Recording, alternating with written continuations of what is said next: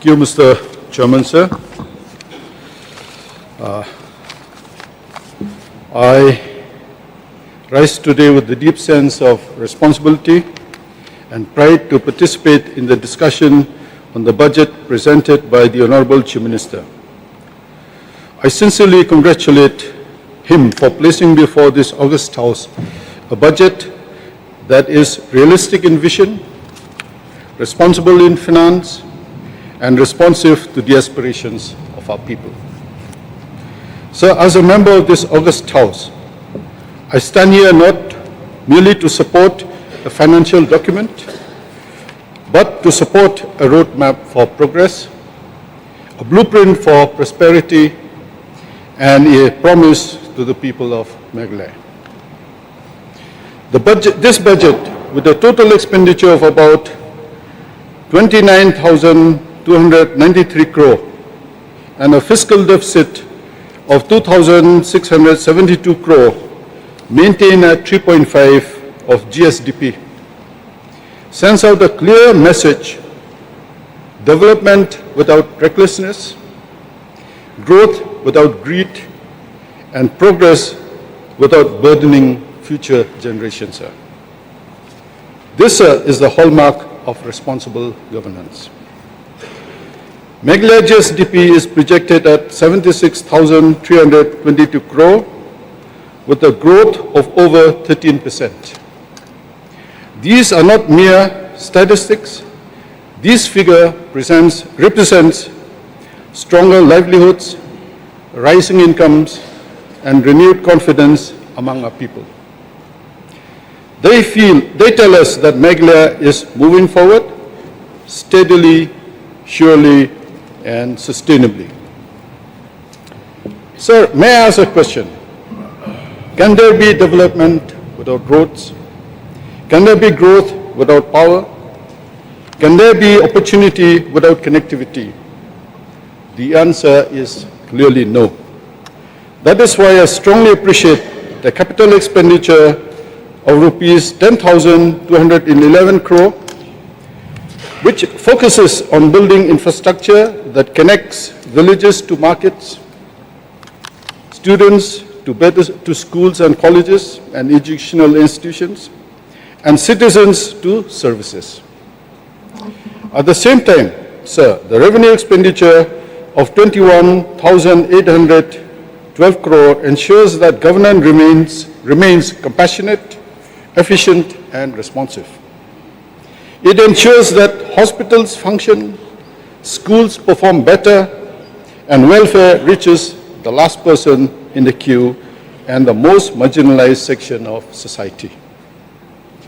This budget speaks not only of today, but of tomorrow, sir.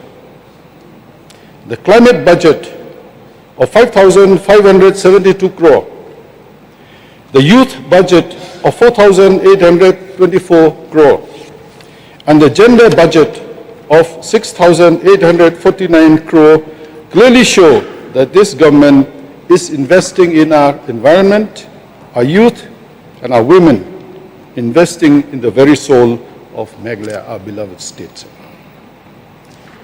Government is not spending for the sake of spending.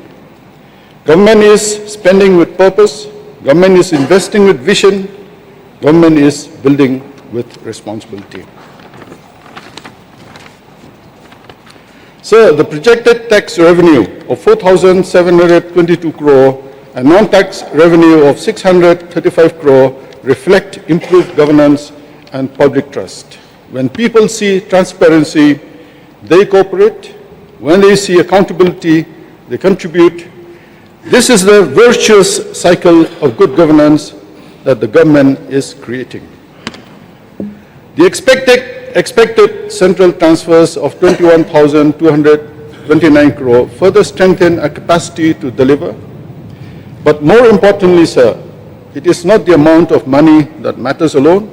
It is how honestly, how efficiently, and how wisely it is used. I also commend the continued focus on education, healthcare, agriculture, tourism, entrepreneurship, and skill development. These sectors do not merely create growth, they create dignity. They do not merely generate income, they generate self-respect. So under Vision 2032 and Meghalaya Mission 10, government targets of reaching rupees 85,000 crore GSDP by 2028 and 1.35 lakh crore by 2032 are ambitious. But let me say this clearly, ambition without action is illusion, but ambition with commitment becomes achievement, and this budget reflects this commitment. This budget does not divide regions, it unites districts. It does not favor a few, it empowers all. It does not look at tomorrow with fear, it looks at the future with confidence. It reaches the farmer in the field, the student in the classrooms, the entrepreneurs in the market, and the elderly in their homes. It carries hope to the hills and opportunities to the valley. Sir, agriculture and allied sector has been given a substantial amount of 755 crore. So allocation of 755 crore for agriculture and allied sector is not merely a budgetary provision. It is a promise to our farmers, a pledge to our rural communities, and commitment to food security and productivity. In a state where agriculture remains the backbone of our rural economy, this investment is both timely and transformative. When farmers prosper, villages prosper. When villages prosper, Meghalaya prospers. Veterinary and livestock, 247 crore. Very substantial amount, sir. A request for setting up of a veterinary hospital, since the people of Millennium and the adjoining constituencies are engaged in livestock rearing for their livelihood, and setting up of a veterinary hospital can render proper medical care to the livestock in the event of medical needs and ensure that the food we eat is safe and healthy, sir. So I request the Honorable Chief Minister and the government to look into this matter seriously. Fisheries, sir. The allocation of 247 crore for veterinary and livestock under CM Elevate and 130 crore for fisheries demonstrates that this government is not putting all its eggs in one basket. It is diversifying livestock, it is multiplying opportunities, it is strengthening income security. These are not mere schemes, they are pathways to self-reliance, value addition, and rural resilience. So sports and youth development, I'll confine to few subjects, sir, because of the paucity of time. Sir, the allocation of 210 crore for the 39 National Games 2027 and 400 crore for sports infrastructure, including Maukhanu Stadium, sends a powerful message. We are investing in discipline, education, in dreams, and in our youth. Further, sir, 230 crore for youth and creative economy, 241 crore for entrepreneurship and skilling clearly show that the government believes in job creators, not merely job seekers, in innovation, not stagnation, in ambition, not dependency. Sir, in Millennium constituency, sir, there is not a single standard football ground. I respectfully request development of a standard-sized football ground at Banyan to enable the youth of the area to have a standard football ground where they can further develop their talents. In fact, the sports department has prepared an estimates and a sanction is yet to be accorded, sir. I would request the government, if this can be accorded, so then we will give our youth of Millennium area and its surrounding areas with a proper standard football ground. Sir, urban and road infrastructure, I must really commend this government and the central government for providing Upper Shillong and its adjoining areas up to Dauki with a proper road connectivity.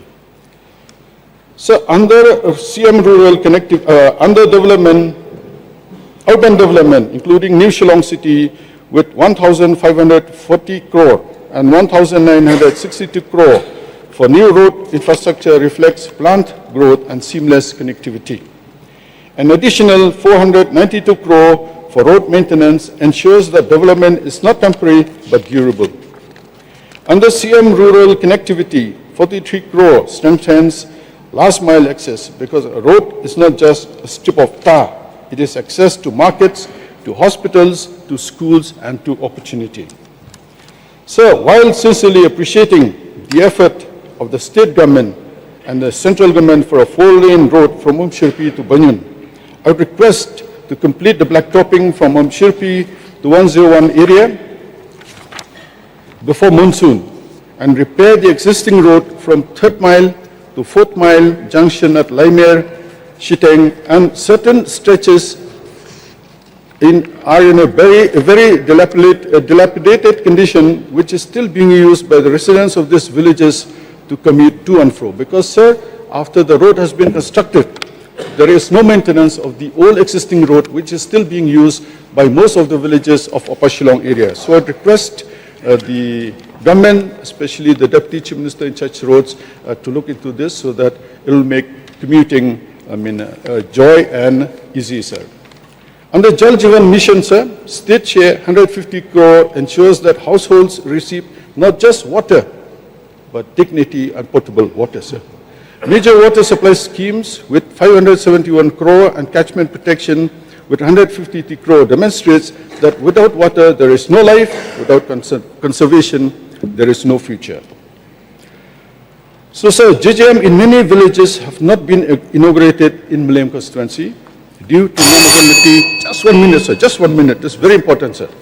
Non-availability of sufficient supply of water to the households who have already been provided with pipe connections at the residences. Department has identified a perennial source located at Nongumlong village. An estimate for the same has been prepared and submitted to the Chief Engineer Public Health Engineering Department. And if sanction could be accorded, supply to the households at all villages under JJM can be fully achieved and provide the people with sufficient supply of potable water. Sir, there are so many things. So, and then just one last one, sir, then I'll going to sit down. Sir, regarding health, Shastri Memorial Dispensary, while appreciating the allocation of 2,472 crore for health, I must draw the attention of this August House to the Shastri Memorial State Dispensary at 3rd Mile Upper Shillong.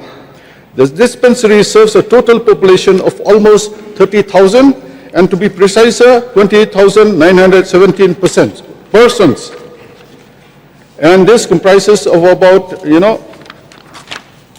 Nongse, Omlanka, Nongumlong, 3rd Mile, Lompadang, 4th Mile, 4.5 Mile, 5th Mile, Lomova villages, sir.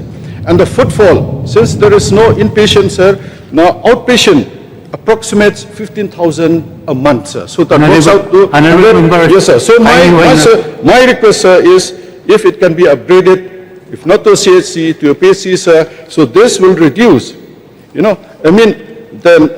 sir, therefore I must humbly request the upgradation of Shastri Memorial State Dispensary into a full-fledged PHC or PHC plus, so that healthcare can be brought closer to the people. Sir, with paucity of time, sir, so many things, but then, okay.